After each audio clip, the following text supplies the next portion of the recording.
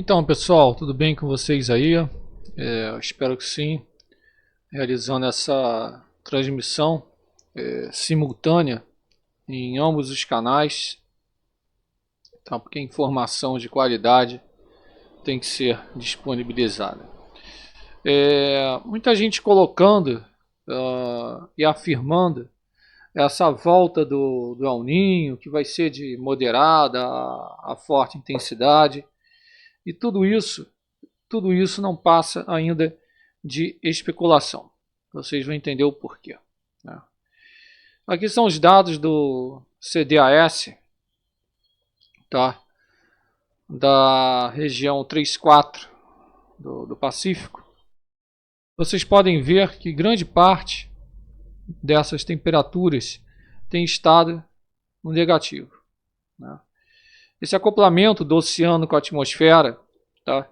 Que somente, inclusive, um instituto aqui no país não corroborou com esses dados da NOAA de colocar a laninha iminente, e o Serviço Meteorológico também australiano, né, que a sigla é BOM, a gente chama de BOM, né, alguns até brincam, BOOM, porque tem um índice SOI ali da parte do acoplamento do oceano com a atmosfera, e esse acoplamento do oceano com a atmosfera é uma coisa tão complexa que não basta você chegar e chutar esses dados, né?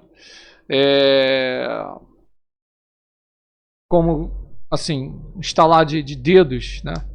A atmosfera vai chegar e vai responder a esse acoplamento. Não, isso demora, tá?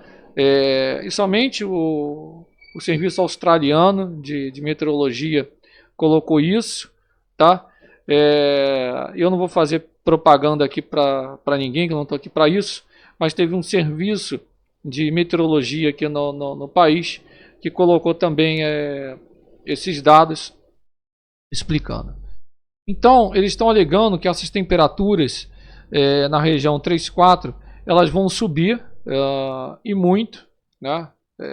Isso daí que eles alegam, né? Que o El Niño está a caminho, que vai ser de moderada a forte intensidade, e vamos ter um aquecimento muito rápido, né? Mas o que acontece? Nessas últimas semanas, a gente consegue ver esse monitoramento da região Ninho 3-4, tá? Ela volta a registrar valores muito negativos, né? Então, é muito suspeito, né? Muito estranho chegar e falar que vai ter esse aquecimento abrupto, tá? Em alguns meses, tá? Que eu vou citar aqui, porque isso é baseado em modelagem. Essa modelagem ela vem do Climate Prediction Center da NOAA, tá? E também do modelo do Copérnicos, né, o SMWF, e todo mundo sabe que o Copérnicos ele tem um viés de jogar essas temperaturas lá para cima. Muitos podem chegar e falar: ah, professor, é que não, você está dizendo então que não vai ocorrer, não sei o quê. Não é isso. Estou querendo dizer o seguinte, que chegar e afirmar com todas as letras, né, que vai se desenvolver o El Niño com essas características, assim, assado e parará, meu amigo, sai fora que é especulação, né? Isso aqui, tá, é um índice de probabilidade. Não, aqui, ó. Né? Isso aqui é um índice de probabilidade, né? Isso não quer dizer que, conforme eles estão falando, né, que tende a perder força com condições de neutralidade, tá? Que vai voltar a predominar entre janeiro e março, e a maior probabilidade do El Niño entre julho e agosto, com um aquecimento abrupto, né? Eles colocam aquecimento abrupto. E novamente, pegando aqui a parte de modelagem do Copérnicos, né, indicando meses à frente, tá, com o Oceano Pacífico Equatorial apresentando temperaturas da superfície do mar que oscilam entre valores próximos, justamente aí da neutralidade, e atingindo um aquecimento abrupto. Tá? Abrupto. Eles falam que também o possível El Niño, que seria o correto de citar e não afirmar, tá? Que vai ser semelhante ao observado de 2023. Né? Com 3 meses sendo extremamente ali propícios para uma subida rápida dessas temperaturas na região, tá? Então a gente tem que tomar cuidado com isso, porque é projeção, tá? Inclusive quando a gente pega aqui, ó, né, projeção do IRI, deixa eu colocar aqui porque não abriu. Vou ver se eu consigo aqui o link, só um instantinho.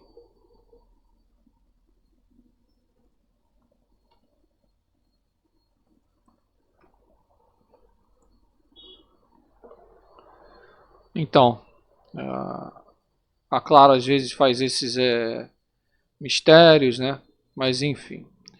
Então, quando a gente ajusta isso daqui, deixa eu colocar aqui para vocês.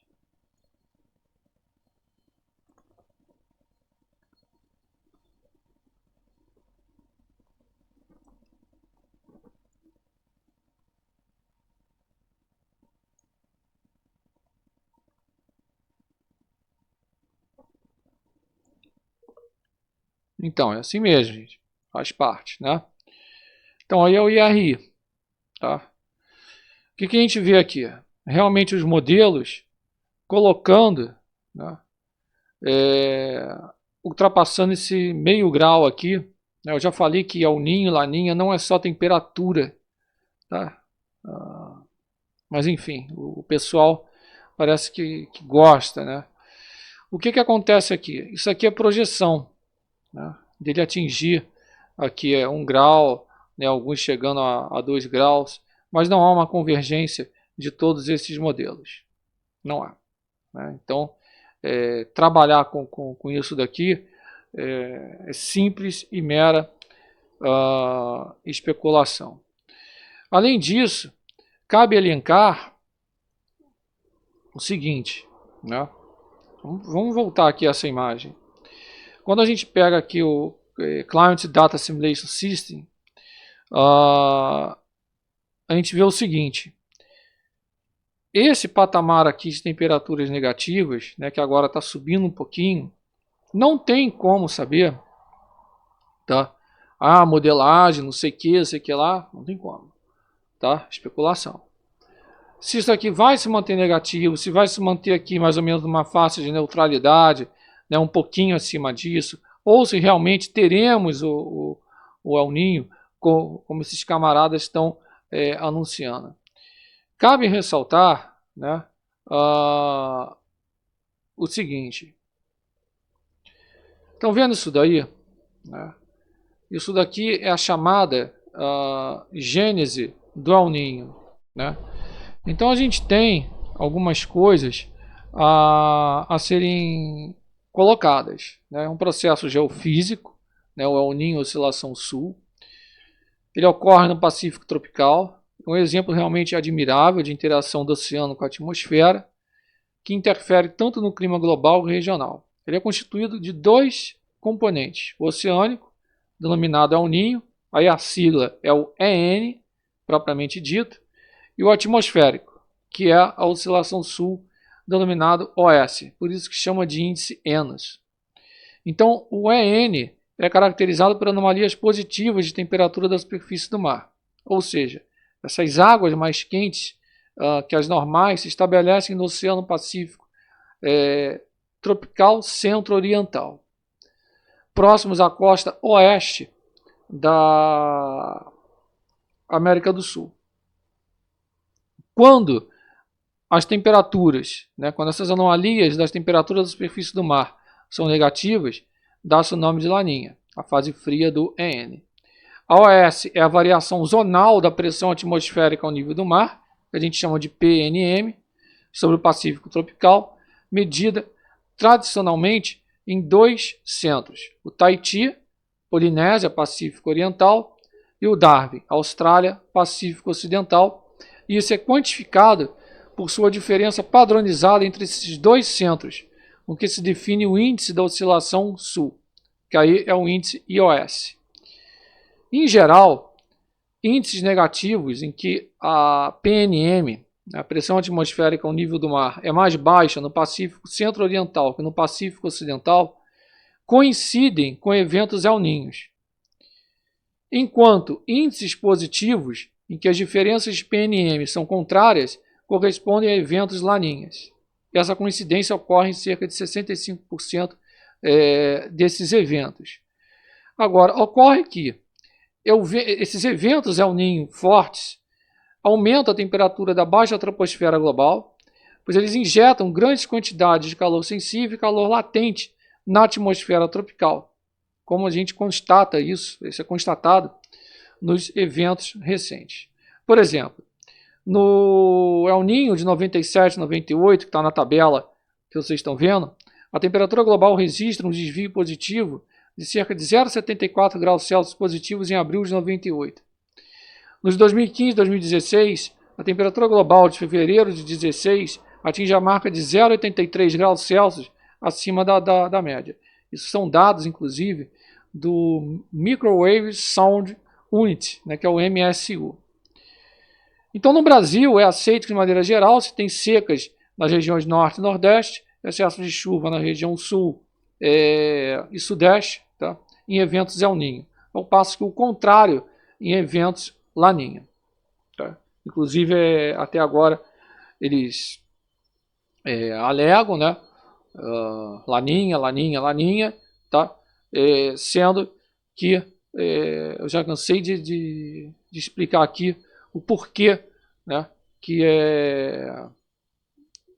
para ser considerado de fato, o Laninha, não é só esse acoplamento do oceano com a atmosfera. Depois do acoplamento do oceano com a atmosfera, você tem a resposta. E essa resposta, ela é demorada. Ela não é no estalar de dedos, igual no filme dos Vingadores. Entendeu? Então a gente tem que tomar certo cuidado. Agora, acredita-se que os impactos desse processo geofísico sejam conhecidos. Os impactos a gente conhece. Agora, a origem, como se origina o El Niño, o Laninha, essas origens não estão bem estabelecidas. Então, a hipótese mais aceita é que o Pacífico tropical, dada a sua extensão, tem uma frequência natural de oscilação resultante da interação entre os campos da PNM e os ventos associados e as águas do oceano. Devido às PNM altas na costa oeste ali da América do Sul, os ventos alísios sopram forte de leste para oeste, arrastam essas águas que se aquecem nesse trajeto e se acumulam na região Austrália e Indonésia, formando a chamada piscina de água quente do Oceano Pacífico Ocidental, associada à PNM mais baixa. Então, na costa oeste da América do Sul, essa retirada das águas superficiais provoca a ressurgência de águas frias. Ou seja, as águas profundas sobem à superfície para repor as que estão sendo arrastadas, fazendo com que essa região apresente TSM cerca de 10 graus Celsius mais frias que as do Pacífico Ocidental e apresente PNMs mais altas. A diferença de PNM entre o leste e o oeste é responsável pela persistência desses ventos alísios. As águas, ao se acumularem no oeste, empurra as camadas inferiores do oceano local para baixo, um efeito semelhante à compressão de uma mola. Como água é um fluido incompressível, tá? Incompressível, tá? Pode estar aí soando como incompreensível, não. Estou falando incompressível. Eventualmente, as camadas inferiores do oceano, termoclima, reagem com um movimento brusco para cima e expulsa as águas superficiais mais quentes. Isso se dá origem a uma onda interna subsuperficial no oceano, de cerca de 100 metros de espessura, denominadas ondas de Kelvin, né, que eu já falei isso aqui, que se propagam da Austrália e Indonésia em direção à costa do Equador e Peru, levando cerca de 3 meses para cruzar o Oceano Pacífico. O calor transportado pela onda de Kelvin aquece as águas da costa do Equador e do Peru. Inclusive, a gente tem até conhecido, né, o El Niño ali na região 1, 2. Então, essas águas superficiais aquecidas abaixam as PNMs, reduzem ou até invertem a diferença de PNM entre o leste e o oeste, enfraquecendo ou invertendo os alísios, o que faz cessar a ressurgência e aumentar ainda mais as TSMs. Aumentando muito as TSMs, a gente tem um El Niño instalado que pode persistir de 6 meses, de 6 meses a 18 meses. Na retaguarda da onda de Kelvin, encontram-se águas mais frias, e esse déficit de calor também é transportado para leste. Quando chega, dissipa o El Niño, dando origem à sua fase fria, né? O Laninha. Então está explicado aí, El Niño, Laninha. Então as águas frias agora presentes fazem o PNM aumentar no leste do Pacífico, e novamente a diferença de PNM entre o leste e o oeste do Pacífico aumenta e intensifica os alísios, restabelecendo a ressurgência e fazendo com que águas fiquem mais frias na costa oeste da América do Sul e sejam empurrados para o oeste, né? Então, esse processo geofísico como um todo, gente, se repete semelhante a uma gangorra, né, oceânica, oscilando leste-oeste durante 6 a 7 anos, até que a viscosidade restabeleça a neutralidade das TSMs. Agora, o que acontece aqui? A gente tem uma forçante externa nisso tudo, e que, para bom entendedor, minha palavra basta. Isso não pode ser considerado uma coincidência, tá? A gente tem o ciclo nodal lunar, que ele define essa variação da inclinação do plano da órbita da Lua em relação à superfície terrestre. Como esse plano é inclinado com relação ao Equador, a Lua passa, relativamente falando, 14 dias no hemisfério norte, 14 no sul, durante um ciclo de 28 dias de suas fases. Então a inclinação ou declinação do plano orbital, ela não é fixa, né? Ela não é fixa. Então o que acontece aqui? Ela vai variar de sua posição máxima de 28,6 graus a 28,6 graus sul, de latitude, para a mínima 18,4 norte, 18,4 sul, de latitude, no intervalo de 9,3 anos. E retorna para a posição máxima em mais 9,3, totalizando um total de 18,6. Então, no intervalo de aproximadamente 10 anos, o plano da órbita lunar se situa fora dos trópicos, né? O que quer dizer isso?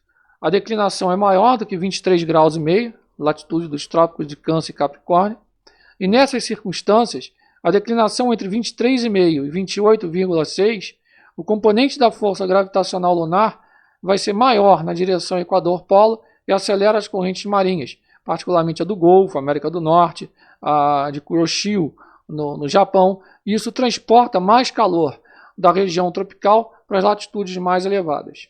O que acontece? Acontece que isso faz com que as águas do Pacífico Norte e do Atlântico Norte fiquem mais aquecidas que o normal e tornem o clima dos países banhados por elas, como a costa oriental da Ásia, América do Norte, Europa Ocidental, Inglaterra, Escandinávia, mais ameno e úmido. O plano da órbita lunar ele se situa dentro da região tropical, e a declinação entre 18,4 e 23,5, né? Durante cerca de 9 anos, e o componente da sua força gravitacional é maior na direção leste-oeste. Então essa exportação de calor para fora dos trópicos é reduzida, mais calor é retido e redistribuído zonalmente dentro dos trópicos. Então, ao invés da oscilação natural, a força gravitacional da Lua é que empurraria e empilharia inicialmente as águas do Pacífico Ocidental. E vocês vão entender por que está fixo nessa tabela que eu estou narrando isso tudo aqui. Por quê? Porque daí por diante, o estabelecimento do evento El Niño seguiria a hipótese que acabei de citar aqui. Ou seja, as camadas mais profundas do Pacífico Ocidental comprimidas respondem bruscamente e disparam a onda de Kelvin, que transporta o calor para o Pacífico Oriental. Na figura que está na sua tela, mostrando essa estranha coincidência, que de coincidência não tem nada, né, de eventos El Niño intensos, como os de 41, 42, 57, 58, 77, 79, 2015, 2016, teria ocorrido quando a declinação do plano da órbita lunar se situou dentro dos trópicos. Ou seja, entre o ponto médio, onde está ali a hashtag 2, e o ponto médio 1, passando pelo mínimo lunar. Notem que os eventos são espaçados de 19 anos. Né? Então isso não é uma coincidência. É possível prever a ocorrência de futuros El Niños fortes. Os eventos intermediários, 82, 83, 86, 87, aí estão associados ao ciclo das ápices lunares, de 8,85 anos, ou submúltiplo, 4,4 anos. Tá?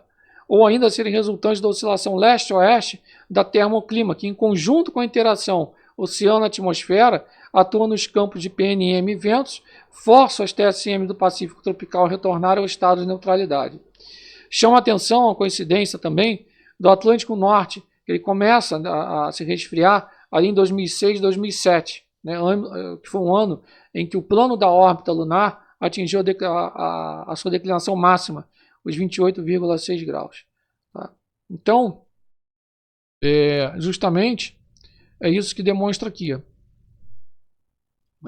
Os eventos El Niño mais recentes iniciados na região Ninho 3, tá? Pacífico Leste, 41, 42, 57, 58, 77, 79, 97, 98, 2015, 2016.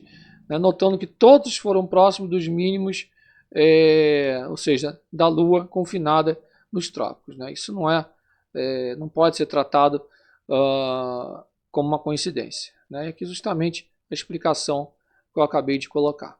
Tá? Então, aqui novamente as temperaturas, né, na região 3, 4.